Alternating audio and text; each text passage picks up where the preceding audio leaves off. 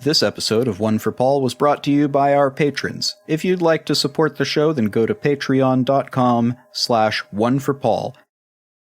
Hello and welcome back to One for Paul, the show where I, a non-pop culturist, get inducted into the world of pop culture by my friends, co-humans, and nemeses.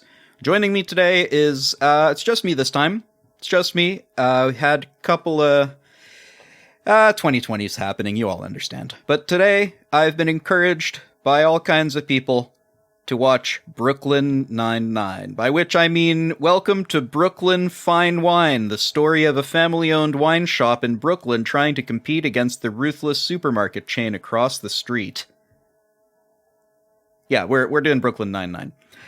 It's a show. It's about a police department, about a fictional police department in Brooklyn, which is in New York City, which is in New York, which is in the United States, which is in North America, which is on Earth, which is in the solar system. You get the idea. And I didn't really know anything about this show before watching this episode. I think I didn't even know it was a police show. I don't know what I thought it was. I think all these 2010s American comedies sort of exist in the same universe to me, so I was half expecting to see Neil Patrick Harris show up at some point. I guess maybe in my mind I thought this was How I Met Your Mother. I don't know sitcoms. It's not usually my kind of thing. I also, by the way, haven't seen How I Met Your Mother, but I'm passingly familiar with it somehow. Culture is weird. And also, yeah, I know, it's on the list. So, as I say, I'm not really usually into American comedy, not usually into sitcoms, but a lot of people were telling me, no, Paul, this is a thing you're going to like. So, alright, I gave it a go.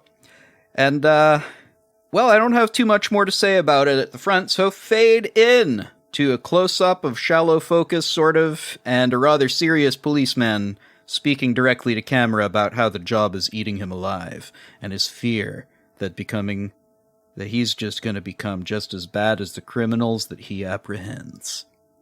Wait, no, never mind. He's doing a speech from another Donnie Brasco. I don't know what a Donnie Brasco is, but his partner is not amused by his shenanigans.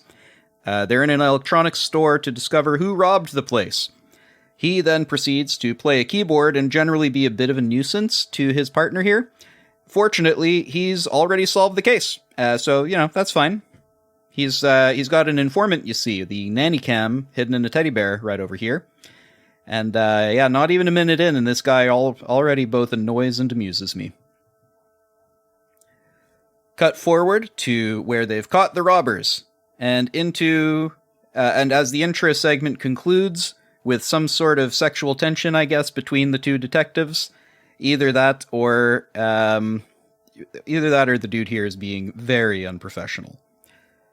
The next morning, JP and Santiago, that's the names of the two detectives we've just seen, seem to have some sort of bet going as to who can crack the most cases. And JP delivers the morning briefing on the murder of a luxury food importer. The police are casually ageist, as they describe the lady who found him having some old person gunk on them.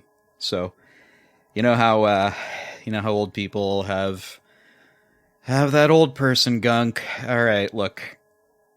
I guess it's funny, but this is the sort of reason I don't like American comedy, because it's like at the expense of someone, and I don't like that. But in any event, turns out that they're about to have a new commanding officer arriving later today, and we're introduced to some of the other characters, an average-looking middle-aged man who is looking for ideas for dates with one of his co-workers.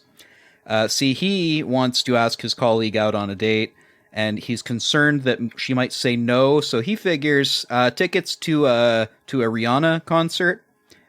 It's a pretty big swing, though. He's asking his colleague Gina, who says, how about a movie? She likes old movies. For the record, her advice to search for, I want to buy 2 movie tickets for a girl who doesn't like me, is not the most helpful, because I searched that, and you get the WikiHow page on how to ask a girl to the movies. So I think I might have found a search loop, which is kind of neat on its own, but not going to get you a date. So Who knows, maybe a movie will. Office chatter continues about who the new CO is going to be and what they're going to be like, according to JP. It's going to be worse than the old guy who let him do things like fire extinguisher roller chair derbies. Yeah, he'll be clearly more concerned with following every rule in the patrol guide. Meep, morp, zip, robot captain engage. And in classic comedy fashion, Captain Holt, the new captain man, is right there behind him, and what I can only describe as an expert power move, the captain insists that JP continue his lampooning of him as he is stared the heck down. It is beautiful. I love this man so much, especially since his entire speech to his new staff is, "I'm your new commanding officer, Captain Ray Holt." And Santiago, who it's been established is after a real mentor so that she can move up in the Force too, she says, "Speech!" And he goes, "Yep, that was my speech. I'm leaving now." He calls the sergeant into his office and sort of pieces out into there, and everybody's real impressed by this guy, except for JP here, who is not at all convinced. Inside the captain's office, he wants an explanation from his sergeant about why he was placed on administrative leave. Looks like the sergeant here, Sergeant Terry, panicked during a bust and destroyed a bunch of property by discharging an entire magazine of bullets wildly at a mannequin. See, he had twins a while ago, and he got real scared about putting himself in danger, I think understandably.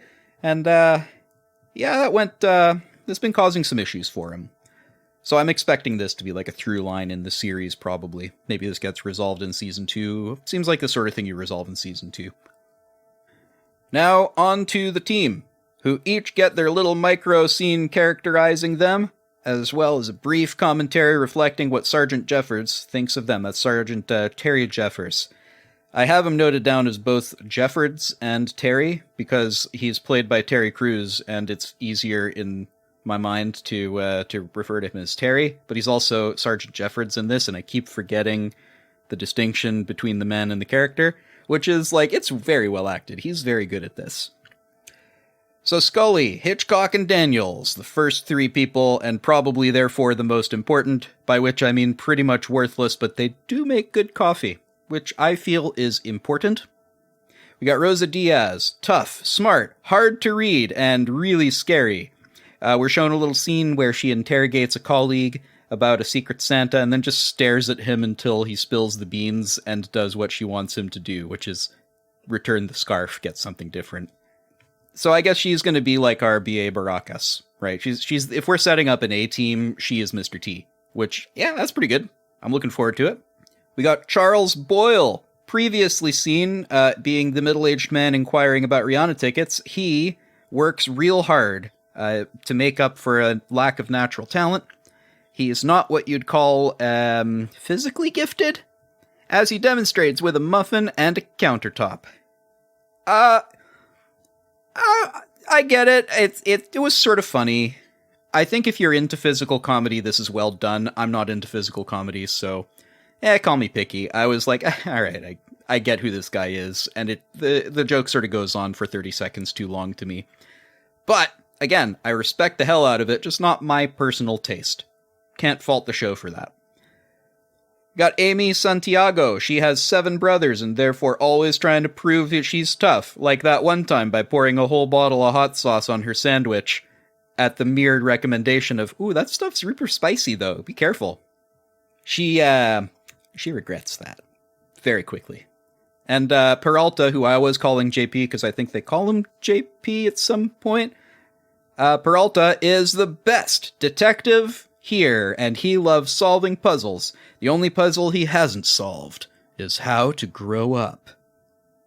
The sergeant, that's literally what the sergeant says, and, pretty impressive way to do it. Understandably, because he's had ample opportunity to describe Detective Peralta in his departmentally mandated therapy sessions.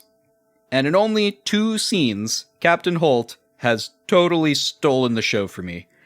Here, Captain Holt says, where do we start? Well, we start with him pointing at Peralta. I guess he wants to find, like, the person who's the... Oh, am I going to say it? The loose cannon of the squadron? And he's gonna tame that person down, get him on side, and then everybody else sort of falls into place. I guess that's his thinking. We cut to Boyle and Diaz investigating the murder scene. Remember that murder? I do. Turns out that one of the things stolen was an entire jamon iberico, which is like a $6,000 ham. Side note, that stuff is delicious. I've been lucky enough to have it a few times. It's super. If you have the chance, definitely. And now Boyle agrees with me, and I immediately like Boyle and agree with his tastes. He was so impressed about the jamon iberico that he ate at his uncle's funeral. He ate so much of it he gorged himself. Good times. Good times. Peralta and Santiago are also here, and they discuss how it's impossible to solve crimes without wearing a tie. This looks like a real 10-tie problem to me. Now, Peralta either dislikes ties, dislikes change, or dislikes being told what to do, so he isn't wearing one of the ties when the captain shows up and asks him why he isn't wearing a tie. And he says, "Hi, Captain, welcome to the murder," which is so well delivered. He says it exactly like that. "Hi, Captain, welcome to the murder." I don't know what I'm expecting, but I like this guy. I like his delivery. I like the completely out of placeness that that he places on situations, which I think we've all, even I have seen so many cop shows that I sort of know what to expect in this sort of scene, and he's just not doing any of it. And I love that. It's very different. It feels fresh to me. Says the non-pop culturist about a show made in, what was this, 2006? ? It was something like that. I know this actor from somewhere. I think he was an internet guy for a while. Was he the guy who did On a Boat? Was that him? It might be him. I didn't look it up, but now I'm thinking about it, I think it might be him. I like him. He's very funny. Also calling out the line as the captain leaves, saying, "Well, that went well." The captain says back, "No, it didn't," establishing the captain's superpowered hearing. Outside, Boyle asks Diaz out on a date as she gets into her car, and she just sort of goes, "Yeah, sure, let's go see a movie." But she wants a better movie than Citizen Kane, which she confidently declares to be terrible. I haven't seen that, but I guess it's got a reputation as being the best movie ever, OMG, which I guess is the joke. I now wonder if it's actually that good, or whether Citizen Kane is great is more of a movie meme than a reflection of the quality of the work itself. I mean, I'm sure it's good, but, anytime people say, "Oh, it's the best thing ever, it's the best thing ever," I have to wonder, is it though? I mean, I am talking from a place of ignorance, but I guess I haven't seen it in part because I was afraid of not liking it, and if I've seen something and don't like it and everybody else loves it, then I'm completely on the outside there, right? But if I haven't seen it, then at least I have some deniability. That's dumb. I might like it. It might be one of my favorites. I might enjoy it. Why would I deny myself something I enjoy? I'm gonna watch that one. Maybe not next, but I'm gonna watch that one. I love how hard she is to read. Diaz, I mean. Even by the other detectives, who you would imagine would be good at that, this characterizes very well how absolutely inscrutable she is. Back at the precinct, and the captain is having a conversation with Gina, the civilian administrator who probably has her ear to the ground, and might know what he wants to know about the bet between Santiago and Peralta. But first she has 6 conditions. The first one is, she needs to be able to use the captain's office to work on her dance moves. We don't get to hear what the other 5 are, because the captain is a no-nonsense awesome man, and he says, no, you're going to tell me or I'm going to suspend you without pay. So, oh, cool, that's fine, good deal. So, here's the thing. She tells him that the bet is a Mustang. This is Peralta's Mustang, and Santiago, on her end, it's a date with her. That seems a little lopsided to me. But, I mean, evidently, I guess Peralta guarantees, according to Gina, that it will end in sex. Just Gina's not super convinced. She reckons maybe a bit of touching, maybe a bit of over the clothes. This, of course, makes the captain very... He makes a little, he's uncomfortable with this. And understandably, I would be, wouldn't you? We rejoin Peralta and Santiago knocking on doors, which Peralta had previously said is completely useless, which turns out, well, let's see how it turns out. It's a good thing they're here, because through door number 1, turns out that some guy just ran into this man's apartment, smoked a bunch of weed, and then just ran away. Just ran away. Fortunately, he did leave his bong on the floor, so probably he'll be back later to pick that up. So, all they have to do is wait around for the guy, and he'll be back to smoke some more weed, probably. This is where culturally I have difficulty with this, because I've said it before on the show, I'll say it again. I find the idea of marijuana stuff carrying a prison sentence or the police getting involved at all is completely ridiculous. But I'm also Canadian, and where I'm from, it's completely legal, so that's my bias, I guess, but I find that preposterous. It's not even my thing. I don't like it. I don't want to do it, but, if you want to, I don't care. Why would I care? So, sidetrack done. We don't get to learn what our two detectives think about this whole weed situation, because it's a little bit less pressing than a murder. Glad to see that they've got their priorities straight. Now, what's behind door number 2? This is a timid man named, I even wrote this down, and I can't... Okay, Mlepnos? Mlepnos. You see, it's spelled, M-L-E-P, Clay, N-O-S. The Clay is silent. The Clay is... I like this guy. I guess he doesn't speak very good English, because, when they show him a photo of the guy and say, "Do you know this man?" He sort of takes the photo and goes, "Oh, thank you," and then goes back inside. Confused as to why the police just gave him a photograph of someone he doesn't know. So, oh well. Finally, what's behind door number 3? Well, here's the thing. Santiago, she has a guess. She is an expert detective, and she knows exactly who's going to answer the door. Wall Street Journal on the doormat, top floor apartment, clearly a hot, eligible bachelor. Oh, yeah. That costs her $20 is the bet she makes with Peralta, because a 92-year-old man answers the door, with the tubes in his nose. So, yep, the door-to-door didn't really yield anything, it turns out. Back at the precinct, turns out not really anybody found anything. And to make things worse, Peralta overdid it with the manscaping. Never go full manscape. And also, he isn't wearing his tie correctly. He is pointedly not wearing his tie correctly, because he tied it around his midriff. Looks like Peralta and Boyle want to follow a lead, but they don't want to follow procedure and brief the CO first. At this point, I'm fully expecting that at any moment somebody will say, "You're a loose cannon, Peralta!" Completely expecting that. If that doesn't happen at some point in the show, I will be shocked. If I'm writing that, I can't help myself. Probably why I don't write TV shows. Cut to Beneficio's Deli, which is a nearby deli, which Boyle seems to know is the kind of place where they might sell Iberico ham. It's like an upscale deli place, and he's super into ham. Why wouldn't he be? It's delicious. So, on a bit of a punt, Peralta confronts the first guy they talk to in the shop. His name is Radko, who is acting a little squirrely. And he suggests that, hey, here's a situation that I think might have happened. Someone tried to sell you a ham, you decided to steal the ham when he wasn't home, only he was home, so you shot him in the face and took the ham.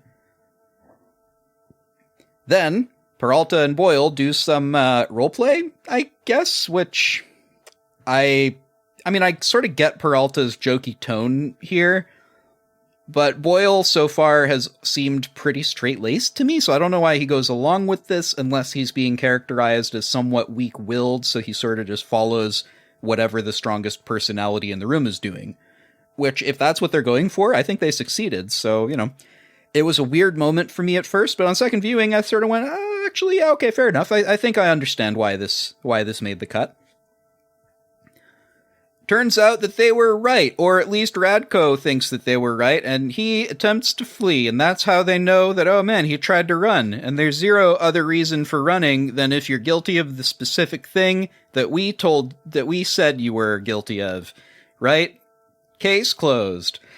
And I do also quite like that when they announce NYPD Get Down, that just this old lady just sort of looks at them and goes, I'm not getting down, I'm going to keep shopping, what are you doing?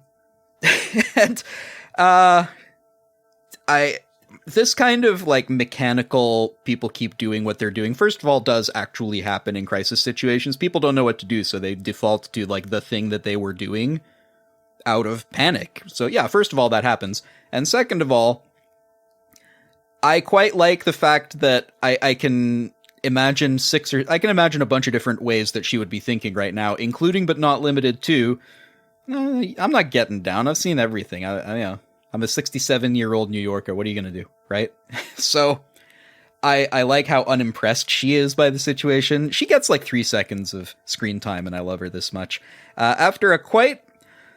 it's like a jokey fight scene. It feels like a low-stakes fight scene, which, a comedy show. I wouldn't be expecting something like a John Wick here.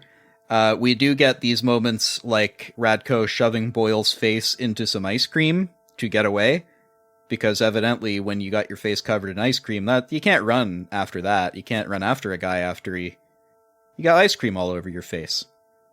So back to the precinct, and turns out that no, he didn't brief the chief. That's Peralta, I mean. He didn't brief the chief, and yes, the guy did get away, but on the plus side, here's some hazelnut ice cream. I'll just put the spoon right there for you, and you enjoy that. So I guess he can't be mad now. That's like the rules of ice cream. Anger and ice cream cannot exist in the same space at the same time. They cancel each other out. You see, that's just math. So Peralta is assigned to the records room, which exists despite the existence of computers. Though I will say, on a personal note, in the defense of this kind of physical archive, paper has a hell of a battery life. Sergeant Terry would quite like to be assigned to the record room, though. That doesn't sound like a punishment to him. He likes to be where the action isn't. And I think quite understandably, I also wouldn't want to be where the action is. That sounds fine to me.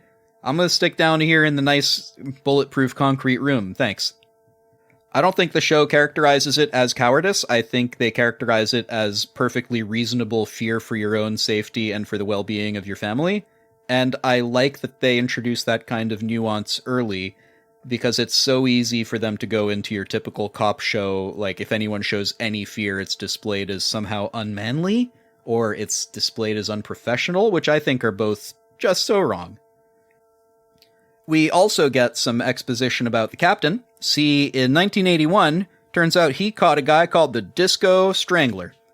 Insert disco music, if I can afford it. If I was able to afford the disco music, then it will be here. If not, then, maybe go to Patreon and throw me a couple bucks so the next time I can put some disco music somewhere. That's literally the first... I promise that's the first thing I'll spend the money on is disco music.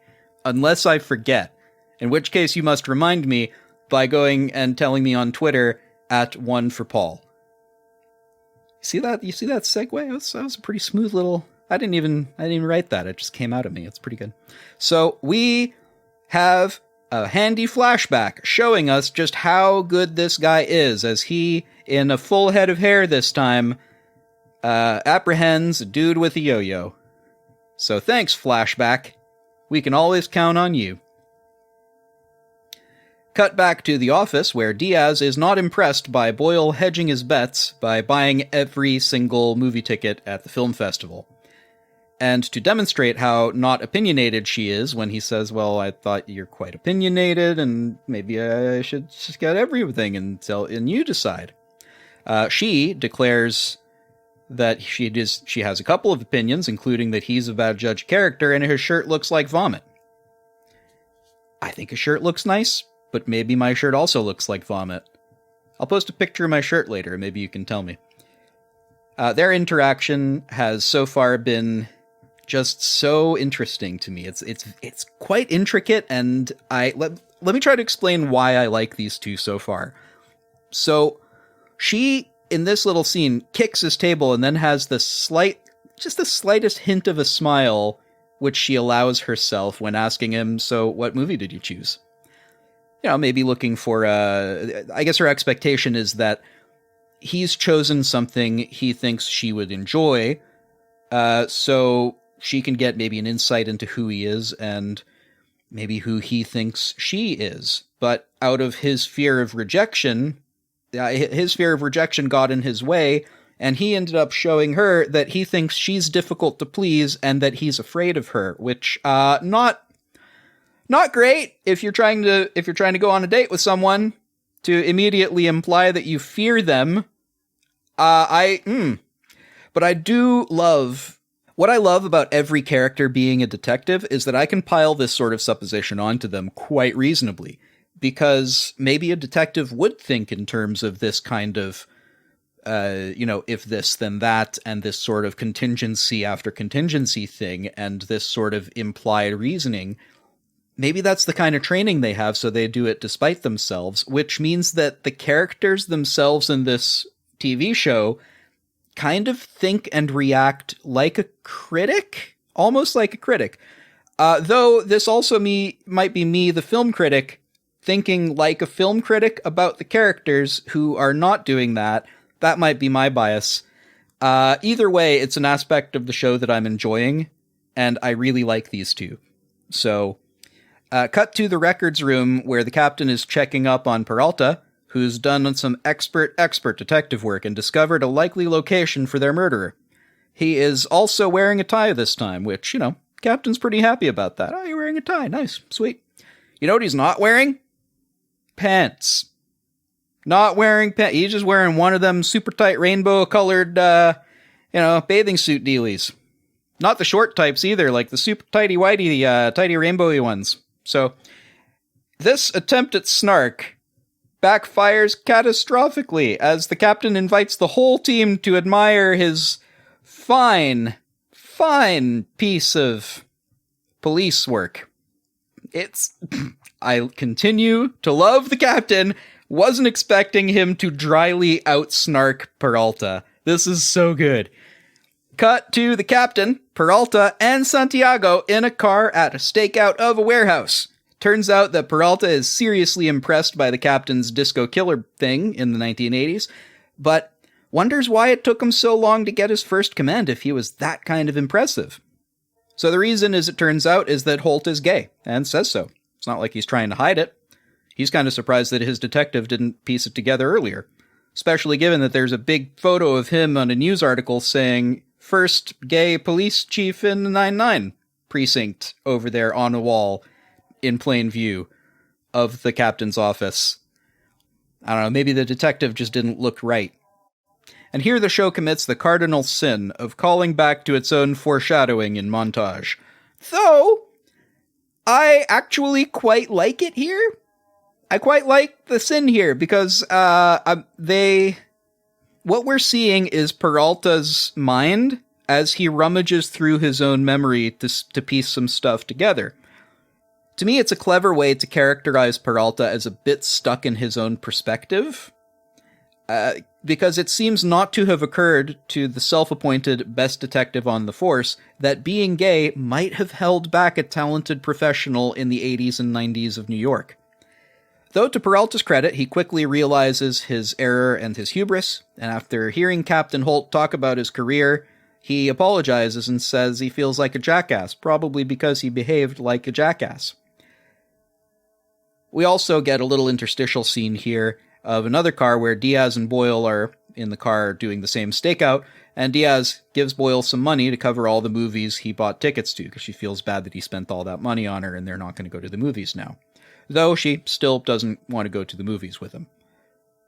Turns out that though Boyle thinks like, oh, this is a bit awkward, Diaz says, no, it's not awkward. I like you. You're sweet. I like your company. I enjoy you. So maybe going forward, Peralta will be a bit more humble. Or maybe he's immediately far too pleased with himself at finding Radko, who shows up directly in front of them and goes into the warehouse. And as they begin clearing the storage units, clearing in the sense of, taking their guns out and pointing them down the place, because I guess they think he might be armed, they discover a maintenance worker who is not going to let a little thing like having guns pointed at her by the police stop her from doing her job. And Peralta finds the storage unit where Radko is, and is greeted with a gun to the face. Fortunately, they're a team, and the main thing about teams is that they stick together, and also the main thing about teams is that they wear uniforms, because they're a team, and teams wear uniforms, and oh my god, I finally get it! The tie is a uniform, and it's so important to the captain, because he was kept off the team for so long, but now he's the coach, and he wants everybody to wear the tie proudly. Isn't that great? Hey, maybe make the arrest first, asshole. Just maybe. We're currently guns drawn on this perpetrator. Would you please? And it looks like Peralta solved the mystery. Good job. High five. Also, yeah, okay, let's actually apprehend the murderer. Yeah, that's fine. And as they finish up taking this guy into custody, Peralta is moving around kind of weird in a way. The captain looks over at him and goes, "What's wrong with you?" Says, "Never took off the Speedo. Big mistake. It is inside of me. Great work, team." And roll credits. That was a lot funnier than I was expecting. It was a lot better crafted than I was expecting. It was a lot less mean-spirited than I've come to expect from American comedy. I didn't feel like anybody was really... On a few occasions, I felt people were being laughed at, but not in a particularly mean-spirited way. To me, the pacing reminds me a bit of Family Guy. Like, the scenes seem really mostly to exist for the sake of a joke the writers thought of, and then they sort of set the plot around the jokes they want to tell. But I also don't hate that. I think that joke after joke is funny, but also the plot does make a lot of sense, and I am primarily a plot guy. If the plot makes no sense, I'm sort of not here for it. And I am here for this. This is kind of great. Character by character, I thought at the front that I would be super annoyed by Peralta, and I sort of am. I'm bothered by his casual, dismissive tone of Santiago. He makes these little tiny comments, like in the warehouse, he says, "Okay, let's go. You look great," and then they go, which... Santiago looks dismayed when he says stuff like that, and I would be too. It's quite disrespectful, honestly. I mean, I get that he's openly into her, but it still feels wrong, right? And I think it is wrong. So I don't know if they meant to characterize it that way. Maybe he has a redemption arc. I hope he has a redemption arc, because otherwise they've made like the main funny man a bit of a misogynist, and I'm not sure I like that. Santiago doesn't get much characterization in this episode. She does seem to be set up as like the straight-laced counterpart to Peralta's silliness. But, it's 21 minutes long, and I hope, she probably gets episodes, so I'm not super mad at that.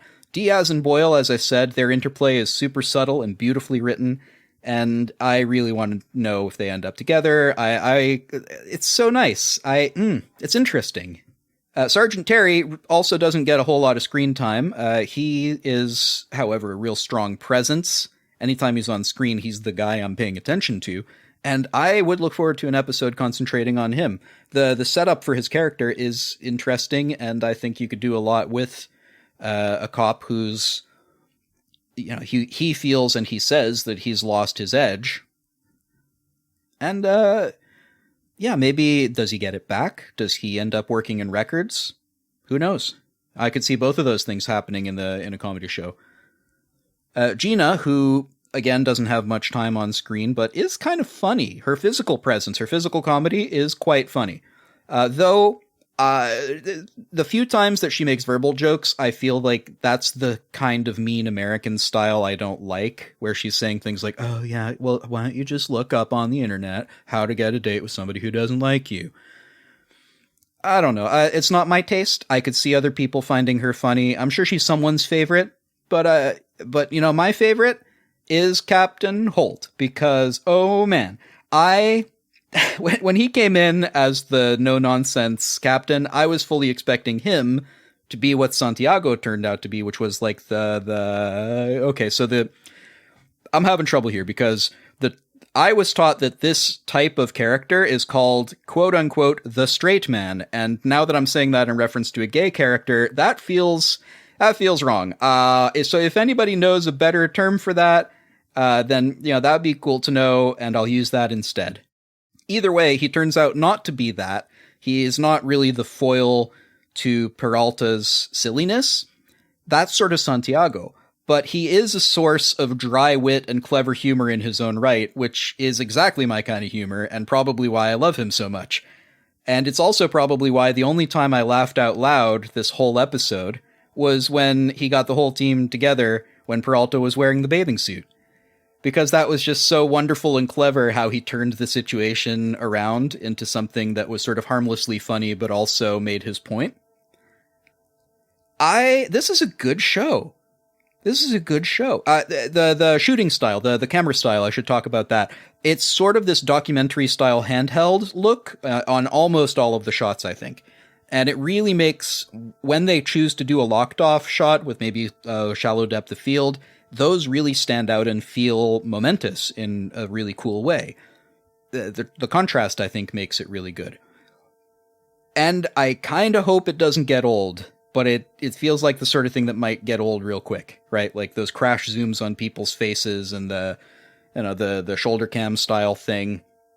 I don't know. I mean, it's interesting as a visual style, but I think, were they the first to use? They might have been the first to use this, and if so, great, no problem. But I have since seen this kind of style done badly and to death. So I don't want to blame them for doing a cliche if they're the ones who invented the cliche, right? So that's where I'm not super prepared to take a stance on it. But in here, yeah, I enjoyed it. I thought it worked really, really well. Also, could I just say, I think this is one of the best pilot episodes that I have ever seen for anything. The last time I recall being this impressed by a pilot episode was maybe Breaking Bad, and I really liked that show. So, and I think famously had one of the best pilots ever. This is an impressive pilot, and I am intrigued, and I want to see more of the show. I am definitely going to watch more of this. So, if you have a particular favorite episode that you really think like, oh man, you need to see this one, then hit me up on Twitter at @OneForPaul. Or you can also contact me by becoming one of my patrons at patreon.com/oneforpaul and chip in a few bucks, maybe help me make the show. Thanks for listening, and I'll see you next time. It is inside of me. Great work, team.